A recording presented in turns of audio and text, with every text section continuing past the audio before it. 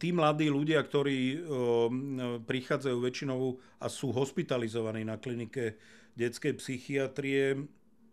poväčšinou sú to tie závažnejšie stavy a stavy, ktoré súvisia s nejakou buď vyprovokovanou alebo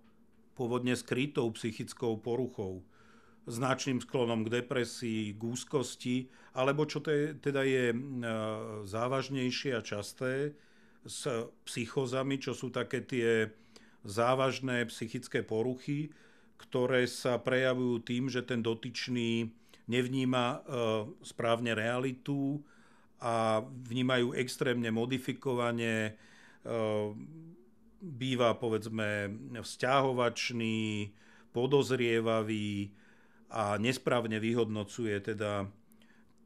tie vzťahy a okolnosti okolo seba. Takže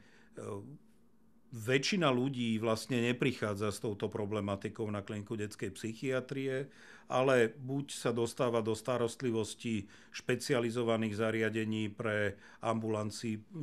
pre liečbu drogových závislostí, kde sú centrá pre liečbu drogových závislostí, alebo sa dostáva do starostlivosti psychológov, špecializovaných zariadení tretieho sektoru, kde